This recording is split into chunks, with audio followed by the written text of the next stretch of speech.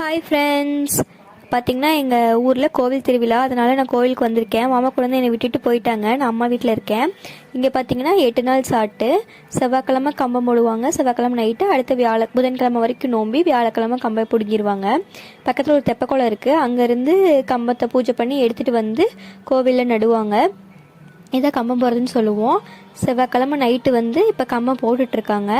இப்போ கோயில் தெப்பக்குளத்துலேருந்து கம்பம் வந்துட்டுருக்கு. கோயிலில் கொண்டு வந்து நட்டுருவாங்க. இங்கே பக்கத்தில் இருக்க எல்லா மக்களும் வந்து பார்ப்பாங்க. ரொம்ப நல்லாயிருக்கும். இதுதான் கோவில் சாமி மாரியம்மன். அடுத்த நாள் பார்த்திங்கன்னா நான் கம்பத்துக்கு தண்ணி ஊற்றுறதுக்காக கோயிலுக்கு வந்திருந்தேன். மஞ்சள் வேப்பந்தலை போட்டு கொண்டு வந்து தண்ணி கொண்டு வந்து ஊற்றுவோம். ஊற்றிட்டு சாமி கும்பிட்டுட்டு உங்களுக்கு கம்பத்தை காமிச்சிட்ருக்கேன். பூவோடு வச்சுருக்காங்க கம்பத்து மேலே. இப்போ டான்ஸ் பார்க்குறதுக்காக எல்லாம் வெயிட் பண்ணிகிட்டு இருக்காங்க. பசங்கள்லாம் ஆடுவாங்க. அதை பார்த்துட்டு அப்படியே நாங்களும் கிளம்பிட்டோம். அவ்வளோதான். இன்னும் 8 நாள் இப்படி தான் கோயில் திருவிழா இருக்கும். தேங்க்ஸ் ஃபார் வாட்சிங்.